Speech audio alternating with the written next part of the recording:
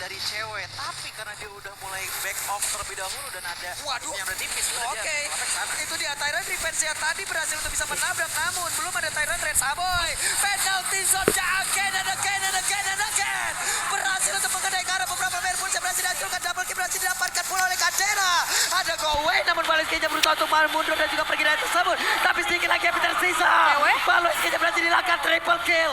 Looking for Bediak aja saja. Abe pergi ke tempat yang lain. Nael, shutdown.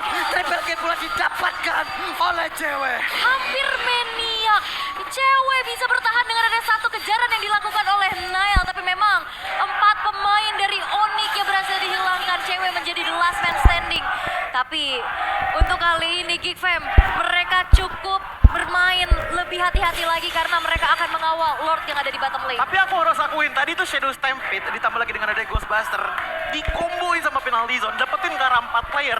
Itu manis banget sebenarnya untuk dilihat oleh teman-teman dari Geek Fam. Karena itu advantage yang benar-benar gede banget. Tapi sayangnya dengan posisi bahwa HP mereka sudah tipis dan agak dipaksakan, itu membuat tadi akhirnya ada triple kill yang bisa diberikan kepada cewek. Oke, Lordnya masih mau dicoba untuk ditahan dulu ya di dalam 1-2 inner turret. Tapi lihat bagaimana dari Geek Fam, mereka coba untuk memanage terlebih dahulu waves yang di atas dan juga di middle. Itu dia ada satu di pencet dan sekarang Bootsnya masih ada ke altar yang keluar tepat waktu dan membuat Boots pun masih selamat di area tersebut, tapi Nail mendorong di area tengah. Oke, dan balik lagi, Onyx mereka berfokus untuk mendefense adanya Lord yang didorong di arah bawah, tapi dua lane di arah middle dan topnya innernya udah hancur. Ya, dan kalau kita cerminkan kepada teman-teman dari Geek Fam, ini alter turret pun masih belum ada yang hancur sama sekali. Bahkan setengah darah hilang pun itu nggak ada. Paling parah itu ada di arah bottom lane yang dimana mungkin masih butuh 4-5 hits lagi untuk bisa numbangin bottom lane tersebut.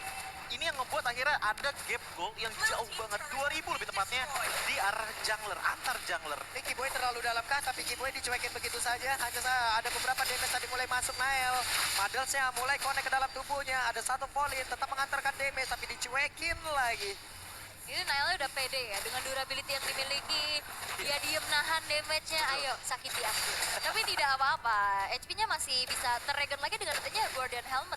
Cuman untuk di game kali ini justru menurutku ya yang jadi sosok paling menyebalkan tuh nggak Nael sih, tapi lebih ke arah Aboy. Dari tadi oke lah kalau kita ngeliat untuk alternya keduanya tuh sama-sama kompeten banget.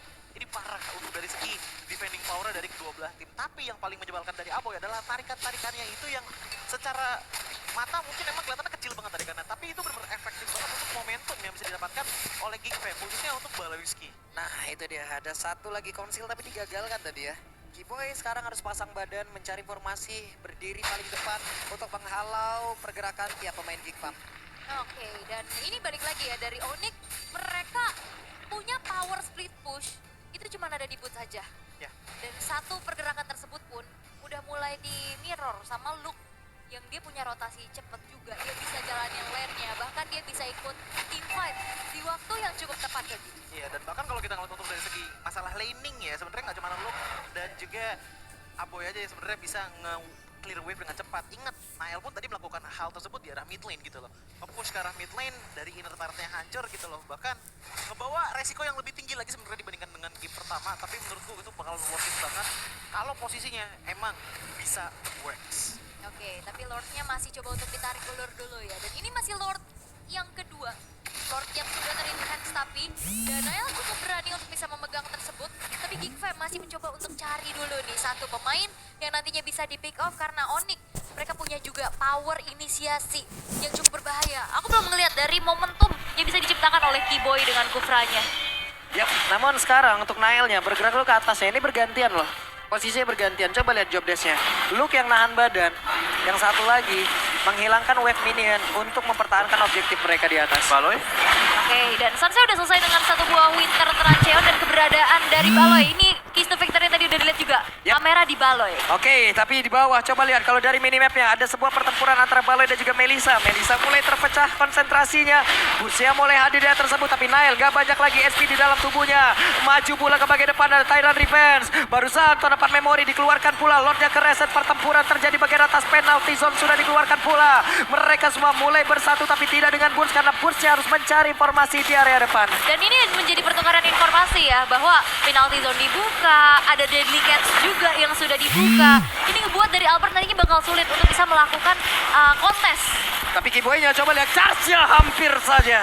Tyrant Revenge yang nggak mengenai ke arah siapapun, dan Nael mulai sana posisi lagi. Aboy mulai maju dan juga siap untuk BPK rekan-rekan, tapi Luke again ada satu penalti zone dan Lordnya berhasil diambil, tapi BPK masih dapatkan bola oleh Melisa. Burca berhasil dilakukan, Albertnya pun langsung lencap dari tersebut. Kiboy tertinggal sendirian, ada sebuah pergerakan, Aboy berhasil menarik lagi, tapi Sans masih berusaha untuk bisa melindungi pergerakan rekannya, dan Kiboy akankah bisa selamat, tapi tidak, karena Ton apart memory membuat Kiboy pun hilang di area tersebut. Ini Luke bisa banget untuk lompat ke lini belakang dengan penalty zone yang ready kembali. Ini membuat dari Onyx mereka harus kehilangan 3 pemain mereka.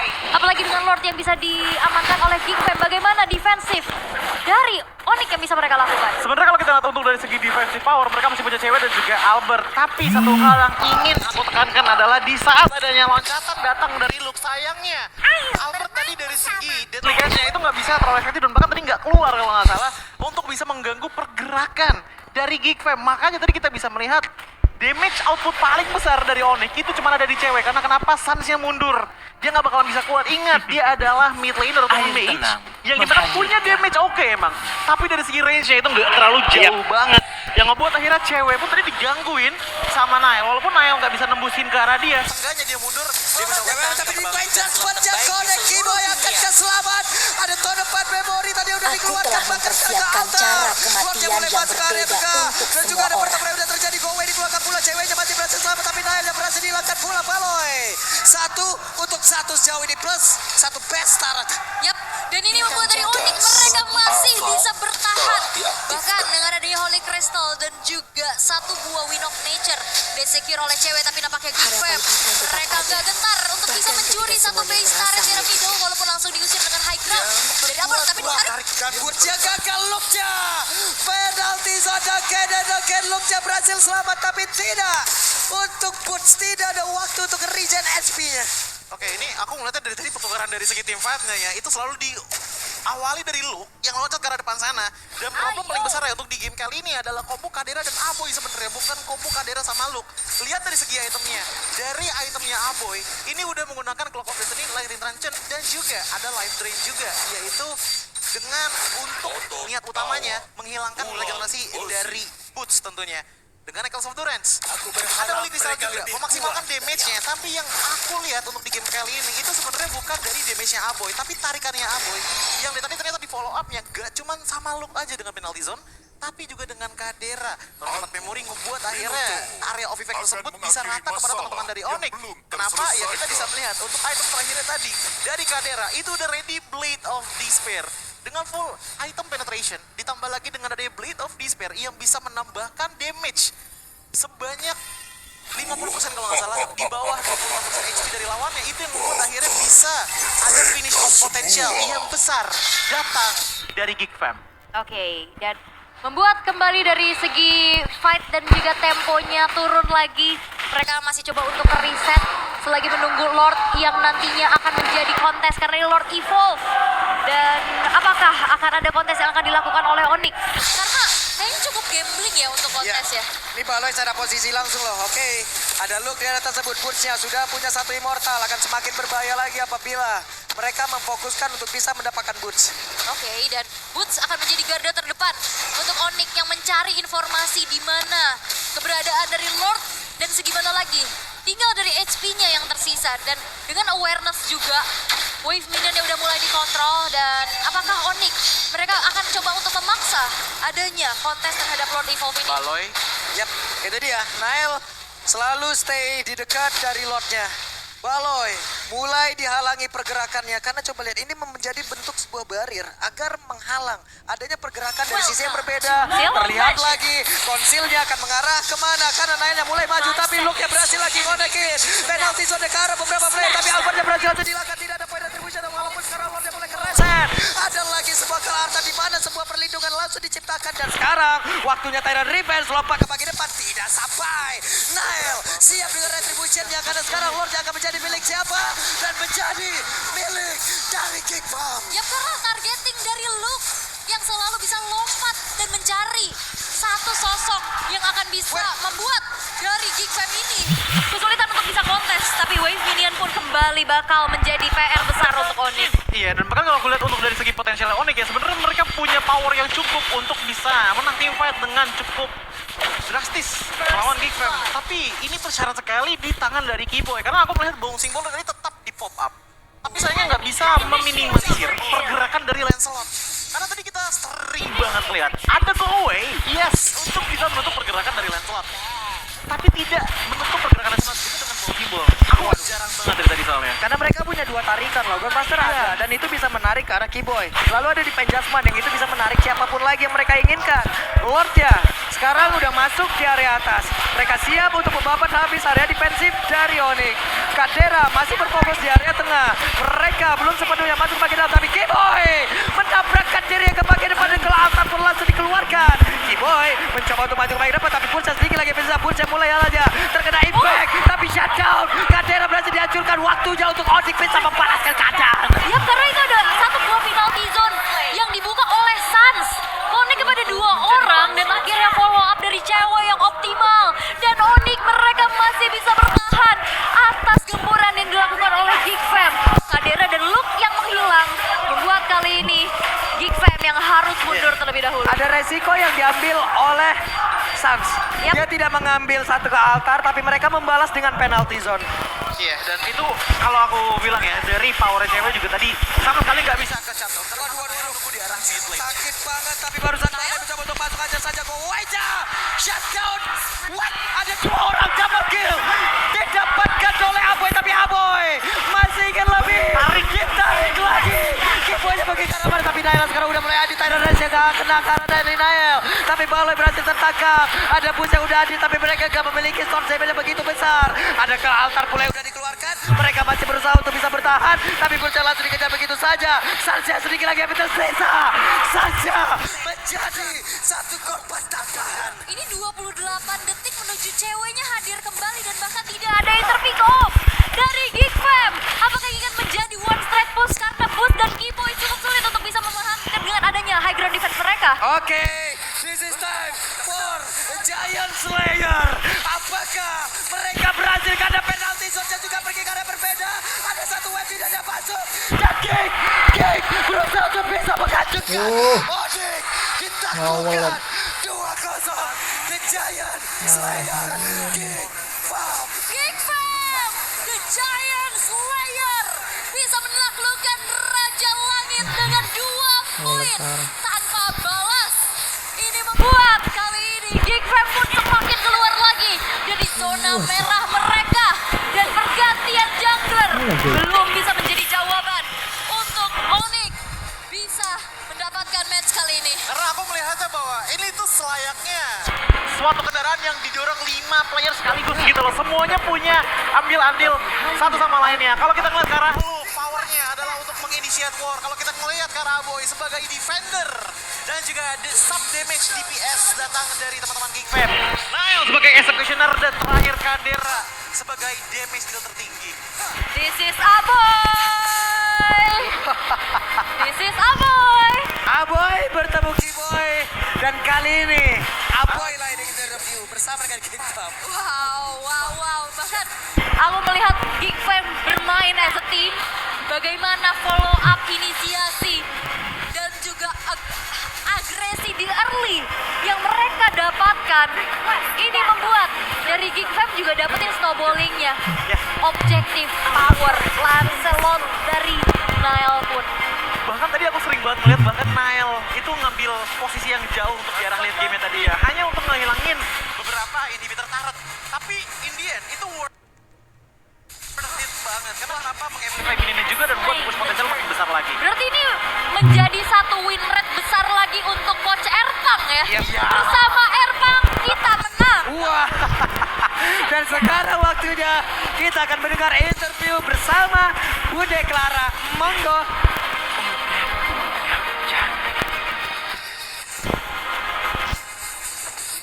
Balasan dendam kedua dan 2 kali mereka berhasil mengalahkan tim yang mereka gagal untuk menangkan di leg yang pertama. Sekali lagi mari beri tepuk tangan untuk Geek Fam.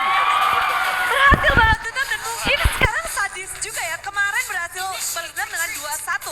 Sekarang 2-0. Apa yang menjadi mungkin bisa di-highlight? Apakah dari, 2-0 iya juga ya? Dari draftnya kah, dari gameplay kalian kah, apa dari mental kalian yang berbeda di leg kedua ini? Semuanya lah yang pasti. Semuanya. Ada improvement dari Geek Fam berarti ya? Iya. Nah, Bunda Clara penasaran banget juga gimana sih untuk Kadera tadi game 1. Siapa yang tiba-tiba kaget lihat Kadera di tengah? Kayaknya semuanya ya. Gimana kamu ngambil keputusan langsung ke arah tengah ke dalam base turret milik Onyx? Nggak tahu, iseng. Iseng aja. Iya. Iseng-iseng berhadiah. Iya. Dengan Cloudera. Clouderamu, apakah ini akan menjadi hero yang kayaknya bakal di-respect ban sama semua tim Cloudera? Jangan ban Cloud, Bang. Jangan ban Cloud, Bang. Tapi apakah ada dari mungkin teman-teman juga tadi saat momen-momen krisis dari Geek Fam di game pertama yang bisa kamu ceritain? Kurang disiplin sih paling krisis. Oh, itu krisis dari kalian berarti ya, kurang disiplin. Dari teman-teman Geek Fam untuk game yang pertama. Tapi game kedua kayaknya lancar jaya. Lancar tapi Onyx keras banget dan game lagi. Oh, ini keras. Dan akhirnya harus ke late game. Padahal kalau misalnya nggak keras bisa lebih cepat itu ya. Nggak tahu. Nggak tahu. Baiklah. Tapi Aboy. Aboy. Lihat permainan Aboy begitu luar biasa, dan gimana kamu ngelihat adanya perubahan juga dari leg pertama dan leg kedua? This is Aboy melawan untuk Onyx di leg kedua ini. Seperti apa, Aboy? Melawan Onyx di leg kedua seperti apa, Aboy? Susah sih, harus late game terus menangnya. Tetap selesai ya, tapi kamu adalah orang yang mungkin merasakan ada dua perbedaan mid lane dari tim Onyx. Di leg pertama ngerasain ngelawan Albert. Di leg kedua Albert sebagai jungle dan sekarang balik ke Suns. Gimana kamu melihat dua player ini? Sama sih, sama-sama jago. Sama-sama di mid lane-nya bagaimana leg 1 dan leg 2? Susah. Tetap susah. Tapi kamu lebih gimana? Apakah ingin mungkin bisa diceritain atau keinginan ngelawan siapa lagi? Misal bertemu lagi di babak playoff. Apakah Albert mid lane atau Suns mid lane? Tetap Suns. Kenapa? Ya jago dah. Ngelawan manusia Suns berarti ini. Ya, manusia Suns. Manusia Suns. Oke, ini tentu saja dari tim Geek Fam juga masih trennya positif banget, membalaskan dendam dengan sangat baik, dan bahkan Nile, kamu bertemu Kyrie dan juga Albert. Mungkin ini kalian ngerasain hal yang sangat berbeda. Apakah kamu expect bakal tiba-tiba berubah di leg kedua ini? Lumayan expect sih, soalnya yang kita tahu kan Albert jago banget kan jungler ya. Mungkin dikasih kesempatan main lah. Dan hari ini saat bertemu dengan kalian, dan saat hari ini bertemu dengan kalian udah expect bakal hari ini? Hari ini digantinya dan Albert bermain. Enggak expect hari ini Albert main. Jadi tadi bagaimana respon kalian ketika ada perubahan line up? Kalau buat aku pribadi, ya itulah, respect sama kurang pede dikit tadi. Kaget ya berarti? Wow, ada perubahan dan sedikit shock. Gimana kamu mengatasinya? Ada Baloiski. Ada Baloiski. Baloy, how does it feel like to match up against Onyx but without Kyrie for the first time? So good because actually this is the first time I beat Onyx in my whole career. Gimana rasanya? Katanya ini adalah kali pertama, jadi feel so good. Rasanya sangat-sangat membahagiakan karena kali pertama berhasil untuk mengalahkan Onyx di leg kedua. And how is your reaction? Seeing Kyrie is not playing and Albert is playing and then the others think Kaget. kaget. But Niall said before that he was a bit shocked and a little bit, maybe you can share with us what you did to him that encouraged him more. Sorry? He said that you say something before the match because he was shocked of the change. You encourage him. Yeah, I encourage him because actually in our first few weeks in MPL, he's still not that confident, so I just give him confidence. That's why when he show how confident he was in stage, you guys see right, he's so good. Oh, jadi memang katanya di leg yang pertama nggak terlalu percaya diri, tapi di leg yang kedua ini kayak dia harus bisa lebih percaya diri. Baloy mencoba untuk menyemangati juga, dan ternyata hasilnya ketika Nail percaya diri luar biasa. Di hadapan jiwaku yang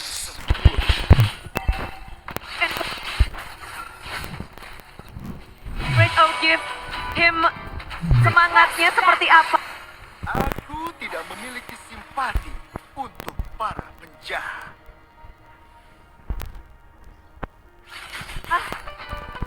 I just say he, when Bertepuk tangan keadilan. Our inhibitor turret is I see under still, attack. I see he can beat all of the junglers.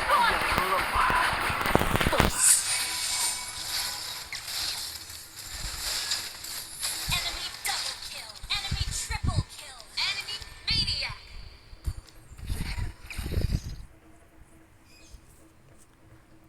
Our inhibitor turret is our turret has been destroyed. Our inhibitor turret is under attack.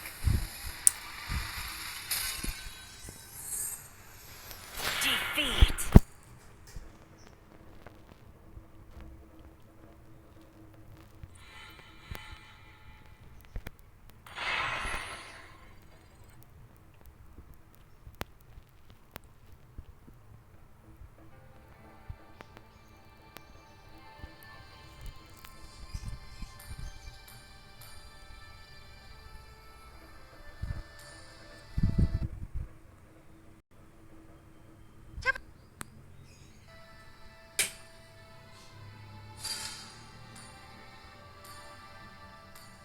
Ingin kamu lawan, Kadera?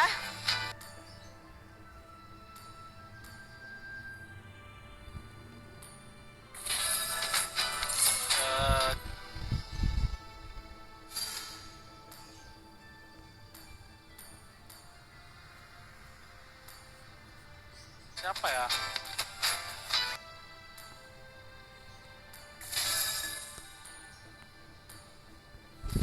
And in the first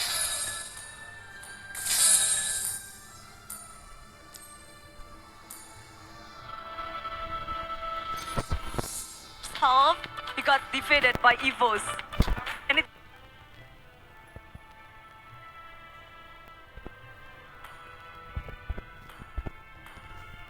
to say, Gak ada. I just hope we